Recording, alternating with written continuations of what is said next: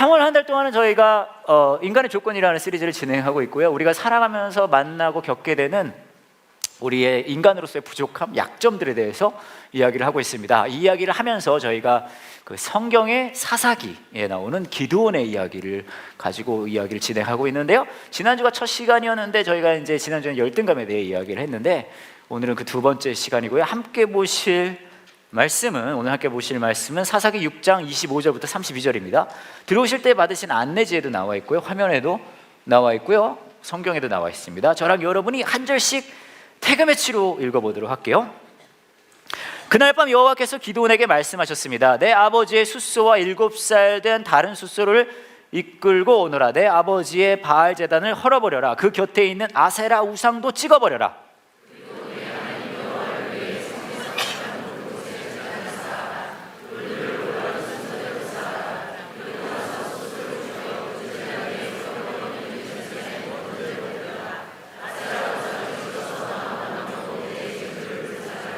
기드온은 자기 중 10명을 데리고 여호와께서 하라고 하신 일을 했습니다. 그러나 기드온은 자기 가족과 성사람들이 자기를 볼까봐 두려워서 그 일을 낮에 하지 않고 밤에 했습니다.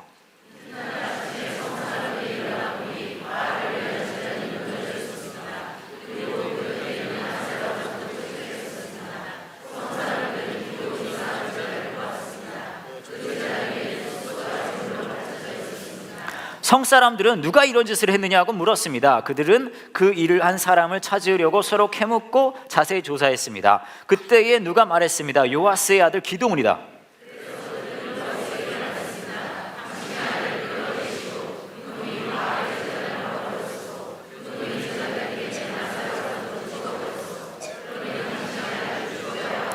요아스는 자기에게 몰려온 화가 난 무리에게 말했습니다. 당신들은 바알의 편을 들 셈이요 바알을 위할 생각이요 누구든지 바알의 편을 드는 사람은 이 아침에 죽임을 당할 것이요 여기 이렇게 무너진 것은 바알의 제단이요 바알이 과연 여러분들의 신이요 바알이 신이라면 바알 스스로가 싸우게 하시오.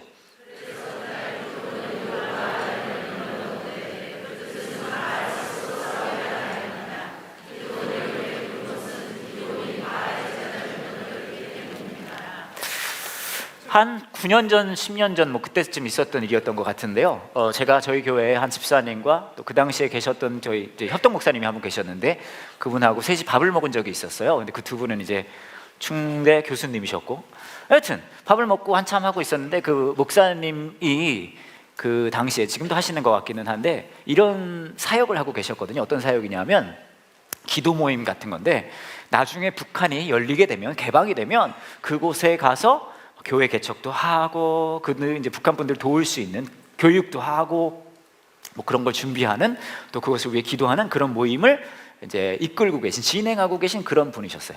그래서 이제 점심을 한참 먹고 있는데 이분이 이제 우리가 자연스럽게 주제가 그 이야기를 하게 된 거예요. 그거 잘 되고 있습니까? 어때요? 뭐 그런 얘기를 하다가 그 또 다른 한 분이 이런 얘기를 하시는 거예요. 목사님, 그 목사님 하시는 그 사역 있잖아요. 나중에 북한이 열리면 가서 교회 세우고 교육하고 그거 있잖아요. 그거 하게 되면, 나중에 북한이 열리게 되면 그거에 사람이 정말 좋은 사람이 많이 필요할 건데 제가요 여기 있는 써니 목사님을 추천합니다 라고 하시는 거예요. 제가 그래서 네? 그랬어요. 이분이 하시는 얘기가 여기 써니 목사님은 미국 시민권자죠. 그리고 영어도 잘하죠. 잘생겼죠. 성품이 참 올곧죠. 정말로 어디인데 나도 막 정말 빼먹을 게 하나도 없는 막 여하튼 막 그러면 막 하시는 거예요. 그러면서 저한테도 써니 목사님이 나중에 북한 열리면 가면 너무 좋을 것 같다. 그래서 제가 네? 그랬어요. 그러니까 이 목사님이 또 그걸 들으시고 우리 써니 목사님 가시면 너무 좋죠 그러시더니 저한테 물어보시는 거예요. 써니 목사님 관심 있으시냐고. 제가 또 그랬어요. 네? 이분이 뭐라고 하시냐면 종이를 한 장 꺼내시는데 거기 뭐가 있냐면요 올라갈 사람 명단이 있는 거예요. 그래서 마음이 이제 생기면 일단 이제 이름을 적으라는 거예요. 이름을 적고 그 옆에 이제 김선희 평양 이렇게 이제 쓰는 거예요. 근데 제가 그거를 이제 듣고 그냥 네네네 그러고서는 이제 점심 자리가 이제 끝났어요. 그러고 나서 제가 이제 집에 와서 생각도 해보고 기도도 해보는데 아무리 생각하고 아무리 기도해도 성령님이 제 마음에 그런 마음 주시는 것 같은 거예요. 하나님이 제 삶을 이제 그쪽으로 이끄시나 보다, 그런 마음이 막 드는 거예요. 그래서 그때부터 제가 사실 제게 기도했거든요. 하나님 제발 북한이 열리지 않게 해주세요. 지금은 김정은 님이시지만 그 당시에는 그 아버님 되시는 분이었거든요. 제발 그분의 마음을 강팍하게 해주셔서 절대 북한이 열리지 않게 해주세요. 여러분, 왜 지금까지 북한이 열리지 않고 있습니까? 제 기도 때문이에요. 제가 계속 기도했거든요. 하나님, 절대 안 됩니다. 북한 열리면 안 됩니다. 근데 제가 좀 생각해 봤어요. 그러면은 이게 왜 이런 상황이 됐을까? 그 자리에 식사를 같이 하신 분들 너무 좋은 분들이시고, 이 사역 자체도 굉장히 좋은 사역이잖아요. 그렇죠? 저도 여러분들이 잘 아시겠지만 제가 굉장히 괜찮은 사람이거든요. 그런데 왜 상황이 이렇게 갔을까? 왜냐하면 아무리 괜찮은 사람들이 모여서 아무리 괜찮은 이야기를 한다 하더라도 지금 여기에 한 가지 요소가 크게 작용을 한 거예요. 그 요소가 뭐냐면 바로 오늘의 주제이죠. 두려움입니다. 두려움이에요. 저도 괜찮은 사람이거든요. 근데 여러분, 제가 평양, 나중에 북한이 열려서 평양 가실 거죠? 전 그런 대화 되게 잘하거든요. 애매모호하면서 긍정적인 반응을 주시. 그런데 문제는 뭐예요? 김선희, 평양 이런 거 안 해보셨죠? 여러분 이름 옆에 북한에 있는 도시 지명이 붙게 되면요, 상황이 완전 달라 보여요. 너무 막 무서운 거죠. 근데 이게 저의 이야기가 아니라 여러분의 삶도 되돌아보시면 이 두려움이라는 게 우리 삶의 역할을 하는 중요 요소가 되는 경우가 굉장히 많이 있습니다. 여러분 삶을 되돌아보시면 어떤 때는 이 두려움이라는 요소가 여러분이 했던 선택이나 혹은 어떤 환경 중에 여러분이 했던 행동, 그런 것들을 거의 결정짓게 하는 그런 요소가 되는 경우가 아마 굉장히 많이 있으셨을 거예요. 아마 지금도 어쩌면 여러분은 여러분 삶 속에서 어떤 대상을 두려워하고 계시는 분들도 있으실 수 있습니다.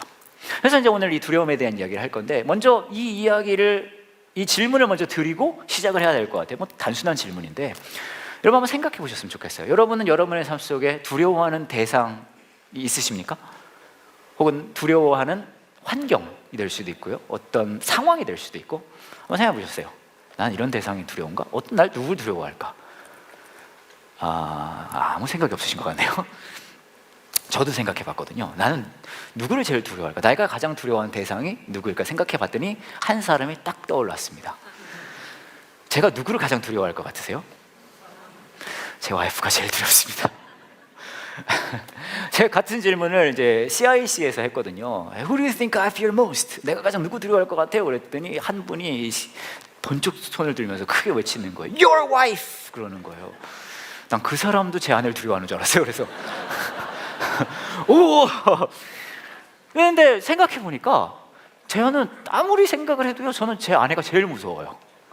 많은 남편분들도 아마 여기 그러실 수 있는데 고민을 해봤어요. 아니, 신기하잖아요. 왜냐하면 저는요, 제 아내를 정말 우주에서 제일 사랑하거든요. 정말이에요. 이게 제 공식 입장이란 말이죠. 아니, 저는 제 아내를 정말 사랑하는데 왜 나는 내 아내를 무서워할까? 왜 나에게는 제일 두려워하는 상대가 제 아내일까? 그래서 제가 두려움의 본질에 대해서 좀 생각을 좀 해보고 연구를 해봤습니다. 제가 이름도 하나 붙였어요. 공포학, Phobiology. 이런 거 CIC에서 빵 터지는 개그인데 이걸. 글로벌한 시대에 이런. 알겠습니다. 근데 여러분, 우리가 이제 흔히 두려워하는 대상이나 상황이나 환경이 있을 수 있어요. 근데 거기에는요, 몇 가지 조건이 붙습니다. 첫 번째 우리가 어떤 두려움의 대상을 갖게 되는 조건은 이겁니다. 그 대상이 너무 당연한 얘기긴 한데, 나의 능력을 넘어서는 능력을 가지고 있을 때 우리는 두려워요. 그러니까 아무리 다른 사람이 봤을 땐 별 볼 일 없는 능력을 가진 사람이라 하더라도 그 대상이 나보다 큰 능력을 발휘하게 되면 그땐 두렵습니다. 김 부장님이 왜 무섭습니까? 김 부장님. 사실 김 부장님이 힘이 세거나 그러진 않잖아요. 대신에 직장에서 나보다 더 영향력을 가진 사람이기 때문에 김 부장님이 하면은 말대꾸 못 하는 거예요. 막 그러는 거예요. 무슨 말이냐면 첫 번째 조건은 나의 능력을 넘어서는 능력을 가진 대상이어야 된다는 거예요. 특정한 대상이 사람이 될 수도 있고, 대상이 될 수도 있고, 환경이 될 수도 있어요.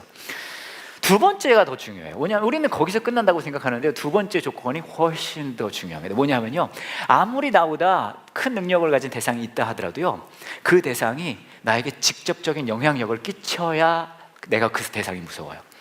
제가 생각해 봤어요. 나는 왜 내 아내를 무서워할까? 뭐냐면 이거예요. 저는요, 아프리카에 있는 독재자보다 제 아내가 더 무섭거든요. 근데 객관적으로 생각해 보면 아프리카에 있는 독재자가 우리 집에 있는 독재자, 아니 제 아내보다 객관적으로 능력이 훨씬 커요. 그렇지 않습니까? 근데 저는요, 제 아내를 무서워합니다. 아프리카에 있는 독재자는 전혀 무서워하지 않아요. 왜냐하면 나보다 능력이 크지만 거기에 더해서 더 중요한 요소, 나에게 직접적인 영향을 끼치는 존재여야 된다는 거죠. 여러분은 생각해 보시면 여러분이 아까 생각하셨던 상황이나 어떤 특정한 대상이 여러분에게 그 두 가지 조건을 충족하는 대상일 거예요. 여러분이 어떻게 할 수 없는 그런 능력을 가진 대상이나 상황이고, 여기에 더해서 여러분 삶에 치명적인 영향력을 끼치는 대상이기 때문에 무서운 거죠. 두렵습니다. 여기에 한 가지 더 흥미로운 사실이 있어요. 두려움에 대해서. 그 의학에 이런 용어가 있다고 하더라고요. 마스킹 효과라고요. 뭐냐 하면 어떤 소리를 내가 듣고 있을 때 그거보다 큰 소리를 듣게 되면 그 전에 작은 소리가 들리지 않는데요. 근데 두려움에도 이런 효과가 있습니다. 무슨 말이냐면요, 내가 어떤 특정한 대상을 두려워하고 있잖아요. 근데 이 대상보다 더 무서운 상대가 나타나면 이 대상은 더 이상 두렵지 않아요. 이게 적절한 예인지 모르겠지만 여자분들이 어느 정도 이해할 수 있는 예를 드리자면, 시댁에 이제 잘못 제가 얘기를 했네요. 시댁에 시누이가 있죠. 시누이를 뭐 무서워한다 그러긴 좀 그렇지만 약간 그런 느낌이라고 생각을 해봐요. 좀 두려워하는 대상입니다. 여러분을 만날 때마다 맨날 언니 너 맨날 이렇게 이러고 있잖아요. 그거 얼마나 꼴 보기 싫어요, 그죠?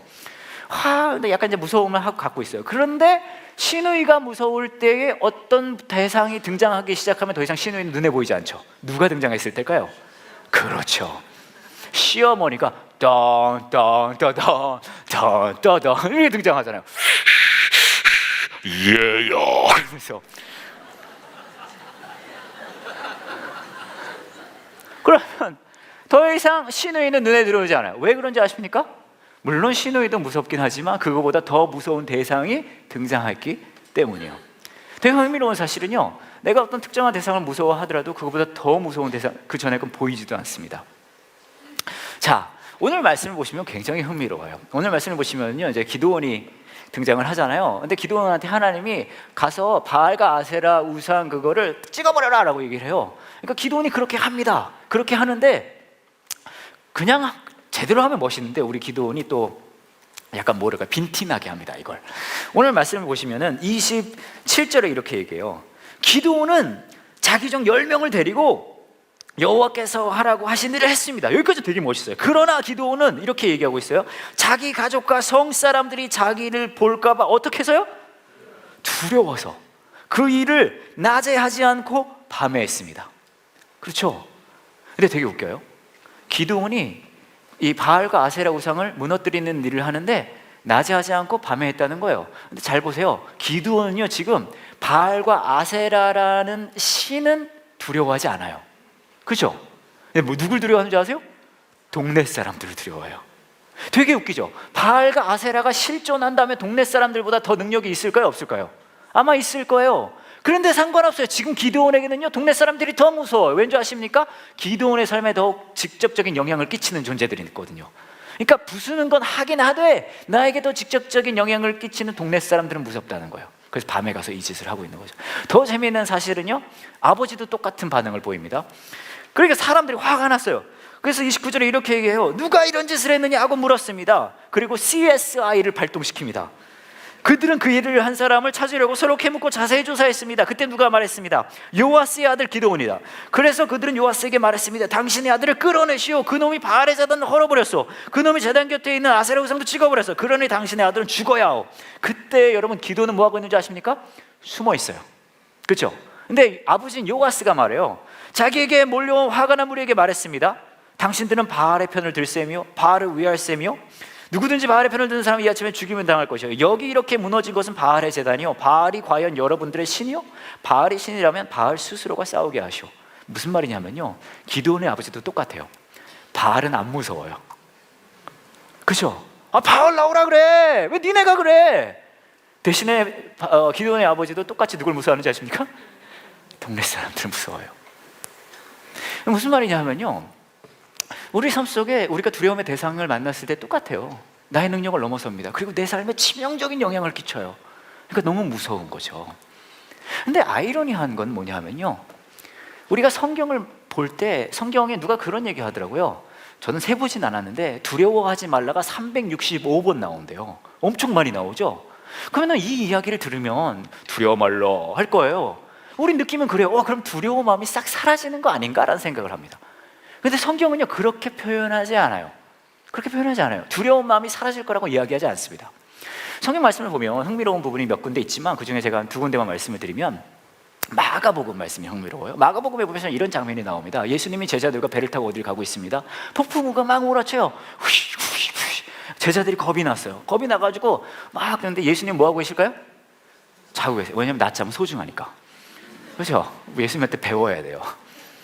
어려움과 환난을 겪을 때는 낮잠을 자라. 여튼 예수님 주무시고 계셨어요. 그러니까 제자들이 막 가서 깨우면 어떻게 해보세요. 예수님이 일어나셔서 잠잠케 하죠. 폭풍을 잠잠케 합니다. 근데 그때 이 마가복음 말씀에 이렇게 표현을 하고 있어요. 보시면은 우선 와가지고 제자들이 이렇게 얘기해요. 선생님 우리가 죽게 되었는데 돌아와 보지 아니하십니까? 막 그럽니다. 다음 보여주시면 그래서 예수님이 잠잠케 합니다.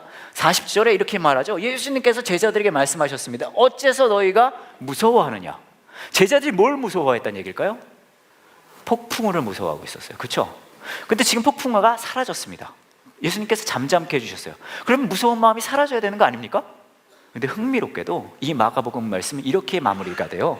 제자들이 매우 어떻게 하며요? 무서운 마음이 사라졌어요? 있어요? 있어요. 무서운 마음이 그대로 있어요. 대신에요 이렇게 말하고 있어요. 이분이 어떤 분이길래 바람과 파도도 순종하는 것일까? 두려운 마음은 그대로 있지만 어떤 일이 벌어진 줄 아세요? 폭풍우를 두려워하던 마음이 지금은 누구를 두려워할까요? 예수님을 두려워하는 거예요. 우리는 생각합니다. 예수님 하나님이 두려워하지 말라라고 하면 두려운 마음이 사라지는 건가? 그렇지 않아요. 두려운 마음은 그대로 있어요. 또 하나 재밌는 장면이 있습니다. 출애굽기를 보시면 모세가 이스라엘 사람들을 데리고 이제 이끌고 이집트를 나오는 장면이 있어요. 막 나오고 있는데 막 신나게 나왔어요. 근데 그 뒤를 누가 쫓아오냐면 이집트 군사들이 쫓아갑니다. 하고 쫓아가요. 근데 그 앞에 뭐가 있죠? 홍해가 있습니다. 빨간 바다. 딱 가는데 지금 홍해가 있으니까 더 이상 갈 데는 없고 뒤에서 이집트 사람 군사들이 막 쫓아오니까 이 사람들이 겁먹었어요. 그래서 성경은 그렇게 표현하고 있어요. 이스라엘 사람들이 이 이집트 병사들을 매우 두려워했다. 그러다가 이제 막 징징댑니다. 우리 이스라엘 친구들 왜 들었어요? 막 그래요. 그러니까 모세가 하나님한테 어떻게 좀 해보세요. 어쩌을까요? 이러는 거예요. 그러니까 하나님이 얘기하는 거예요. 지팡이를 들어서 해라. 그러니까 물장 열리고 여러분 다 아는 얘기죠? 데리고 넘어가고 이 사람들 쫓아와서 훅 해서 쿵뚱 팍딱깍딱 되는 거예요. 근데 그러고 나면 여러분 이집트 병사들 다 죽었어요. 그렇죠? 그러면 두려운 마음이 사라져야 되는 거 아니에요? 그렇지 않습니까? 그런데 그 말씀이 마무리가 이렇게 되고 있어요. 출애굽기 말씀을 보시면 이 다음 넘어주세요. 그날 30절에 이렇게 해요. 여호와께서는 이스라엘 백성을 이집트 사람들에게서 구해주셨습니다. 이스라엘 백성들은 바닷가에 널려있는 이집트 군인들의 시체를 보았습니다. 여기까지 보면 이제 두려운 마음이 싹 사라지고 이제 파티 해야 될 거 아니에요. 오예 해야죠. 그런데 31절에 이렇게 표현합니다. 이스라엘 백성은 여호와께서 이집트 사람들을 물리치신 큰 능력을 보고 여호와를 어떻게 했다고요? 두려운 마음이 그대로 있어요. 무슨 말이냐면 여러분 잘 들으세요. 성경은 처음부터 끝까지 저와 여러분에게 두려워하지 말라고 합니다. 근데 그거는요 마치 우리가 마취제를 맞는 것처럼 두려운 마음이 싹 사라지는 게 아니에요. 성경은 대신 뭐라고 이야기하냐면요 우리에게 두려워하지 말라고 할 때 이 말씀을 하시는 거예요. 야, 왜 그 짜잘한 것들을 두려워해? 네가 진짜 두려워해야 할 대상은 바로 나야 라고 말씀하세요. 왠지 아세요? 왜냐하면요 저와 여러분이 아까 말씀드렸듯이 두려워할 때는 이 대상이 나의 능력을 넘어서고 나에게 치명적인 영향을 끼친다고 생각해요. 그런데 하나님께서는 성경을 전체적으로 통해서 이 두 가지를 말씀하시거든요. 네가 맞대고 있는 그 두려움의 대상보다 나의 능력은 더 크다. 그리고 하나 더, 그리고 나는 너의 하나님이다 라고 말씀하세요. 그리고 하나 더 있어요. 그러니까 왜 그 짜잘한 걸 두려워해? 너는 나를 두려워해야지.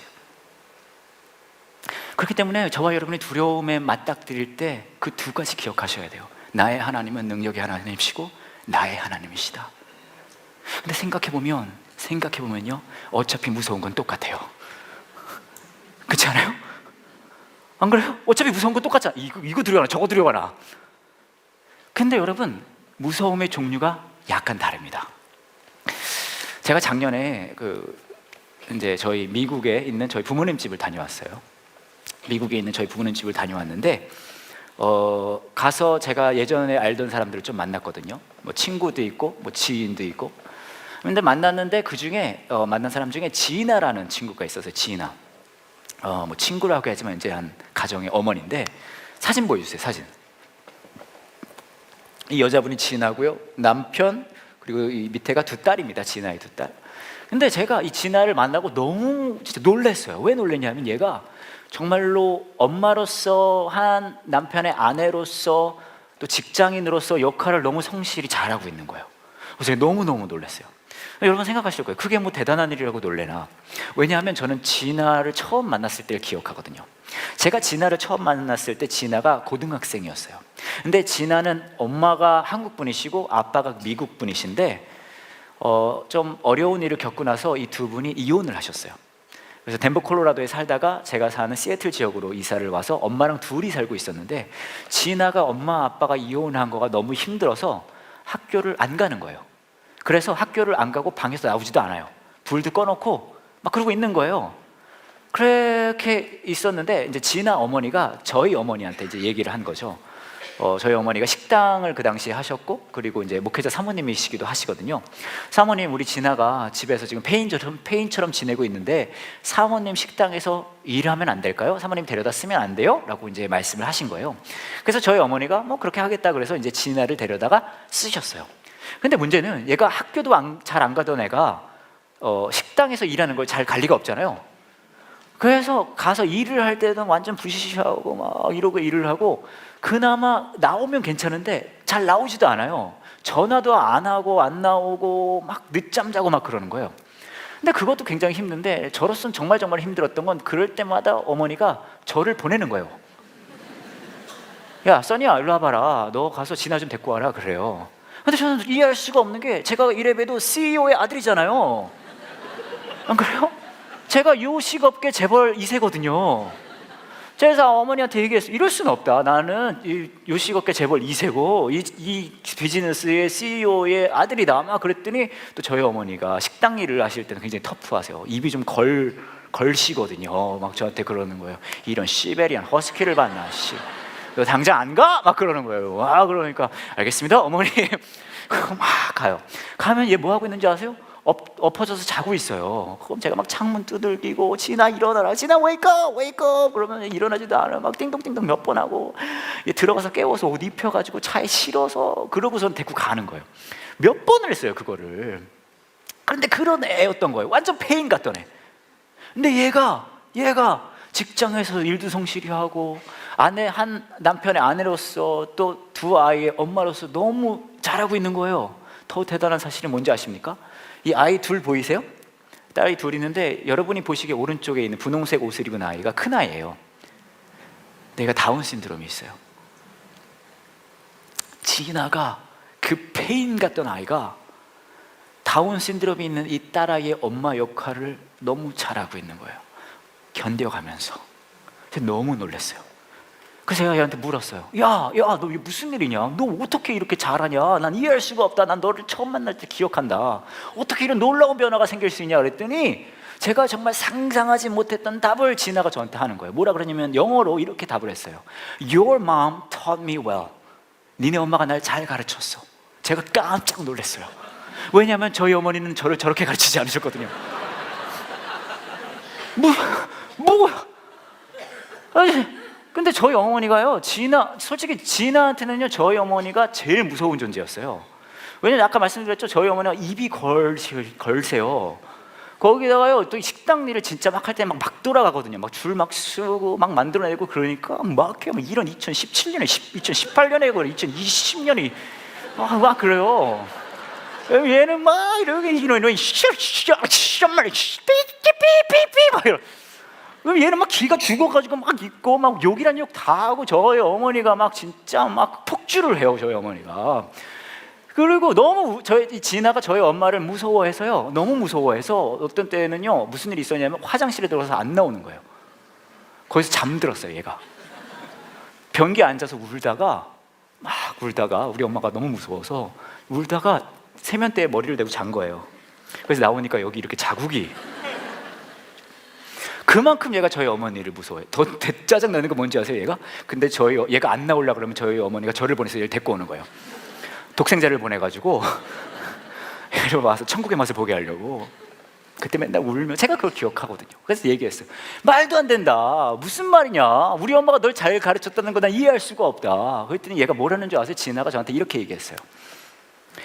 영어로 먼저 이렇게 얘기했는데 She never gave up on me. 니네 엄마는 날 포기하지 않았거든. 그러니까 얘네 엄마도 얘를 포기하고 얘도 스스로 포기했는데 이 무서운 순이라는 아줌마는 자기를 포기하지 않는 거예요. 그 지옥 같은 데 계속 데리고 가는 거죠. 그래서 제가 이 이야기를 들으면서 생각했어요. 이게 하나님의 사랑이 아닌가. 여러분, 성경에 나오는 하나님은 여러분 무서운 하나님입니다. 여러분 그거 아세요? 여러분이 무서워하는 그 짜잘한 대상보다 훨씬 무서운 분이세요. 훨씬 큰 능력을 가진 분이십니다. 근데 너무 감사하게도 이 하나님은 저와 여러분에게 이렇게 말씀하세요. 무서운 이 능력이 큰 하나님인 동시에 저와 여러분의 하나님이라고 하세요. 난 너의 하나님이야. 내가 너의 하나님이야. 내가 너의 하나님이야. 그리고 더 감사한 사실은 뭔지 아십니까? 나조차 나를 포기했을 때 이 하나님은 절대 저와 여러분을 포기하지 않는다고 하세요. 왜 하나님이 이 땅에 인간의 몸으로 오셔서 그렇게 고통당하셨습니까? 간단해요. 절대 저와 여러분을 포기하지 않으시겠다는 그것을 보여주시기 위함이거든요. 오늘 말씀을 보시면 기드온의 아버지가 이렇게 얘기해요. 화나서 찾아온 사람에게 너 바알 우상을 무너뜨렸으면 바알이 직접 와서 싸워야지 왜 니네가 난리야. 근데 바알이 직접 옵니까 여기서? 바알은 직접 오지 않아요. 왜냐하면 여러분 그거 아세요? 우리의 하나님은 저와 여러분이 가장 두려워하는 그 순간에 그분이 이 땅에 직접 오셔서 철저하게 무너지신 그 자리를 보여주십니다. 십자가의 자리예요. 우리가 두려움에 사로잡혀 있을 때, 우리가 능력 없음을 실감할 때, 이 상황이 나의 인생을 결정지을 것 같은 그 두려움에 사로잡혀 있을 때 십자가의 사랑은 저와 여러분에게 끊임없이 말씀하세요. 나는 능력의 하나님이고 난 너의 하나님이고 난 너를 포기하지 않을 거야. 제가 이렇게 이야기하더라도 여러분의 두려움이 한순간에 사라지진 않을 거예요. 하지만 가장 무서울 때 그 말씀 기억하세요. 그분이 피 흘리신 그분의 못자국을 기억하세요.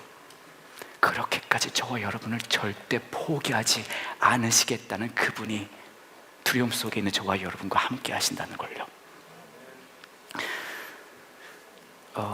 저희 가족이 이제 제가 딸이 둘 있는데 가끔 하는 놀이가 있어요. 어떤 놀이냐 하면 서로에게 동물 별명 붙여주기, 그런 놀이가 있습니다. 되게 재밌어요. 저희가 작년에 이걸 또 한번 했었었는데, 그래서 온 가족이 4인 가족이니까요 서로에게 별명을 붙여줬는데요. 저희 큰아이 이제 동물 별명이 이거였어요. 뭐냐면 나무늘보.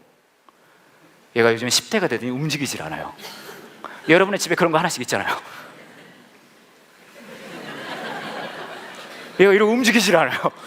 가끔은 살아있는지 확인해 봐야 돼요. 막 찔러봐요. 그러면 이렇게 나무늘보다. 저희 이제 둘째도 별명을 붙여줬는데 얘는요 정반대예요. 얘는 가만히 못 있거든요. 얘가. 그래서 얘는 다람쥐라는 별명을 붙여줬어요. 가만히 못 있어요. 넌 다람쥐다. 그리고 이제 제 아내, 엄마죠. 애들한테는 이제 엄마, 제 아내에게도 별명을 붙여줬는데 그건 뭐가 붙여졌냐면요 북극곰. 저희 아내가 진짜 뽀얗고 예뻐요. 근데 가까이 가면 죽을 수도 있어요. 멀리서 봐야 돼. 멀리서. 함부로 가까이 갔다가 훅 갈 수 있습니다. 그러고 이제 저한테도 이제 별명을 붙여줬는데 저는 어떤 별명을 받았냐 하면 대왕 오징어라는 거예요. 대왕 오징어. 제 애들이 붙여줬어요. 아빠 대왕 오징어야 그러는 거예요. 저는 사실 왜 대왕 오징어일까? 제가 마른 오징어는 좀 들어봤어요. 네, 마른 업계에서는 제가 또 최고이기 때문에 대왕 오징어 왜 대왕 오징어? 제가 생각해봤더니 제가 아무래도 이 집에 가장이고 이제 왕이잖아요, 제가. 그래서 대왕 오징어가 아닌가. 그래서 얘기했어요. 얘들아, 아빠가 집에 가장이고 이 집에 아빠 왕이니까 그런 거지? 그랬더니 저희 둘째 제나가 그 당시 9살이었는데 이렇게 얘기하는 거예요. 아니야 아빠. 아빠는 얼굴이 육각형이야. 제 얼굴이 육각형이라서 대왕 오징어라고. 그래서 얘네가 막 막 웃는 거예요. 와, 그래서 맨날 북극곰이 대왕오징어 잡아먹는 거구나.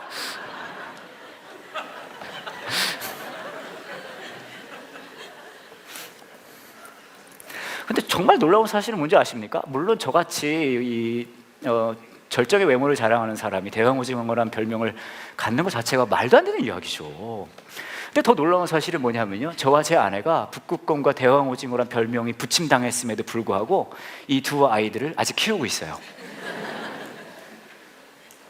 그리고 이 아이들도요, 저와 제 아내에게 이따위 별명을 붙이는 것을 마다하지 않습니다. 왠지 아세요? 얘는 알고 있거든요. 엄마 아빠라고 불리는 이 두 인간은 우리보다 더 큰 능력을 가졌지만 우리의 엄마 아빠다.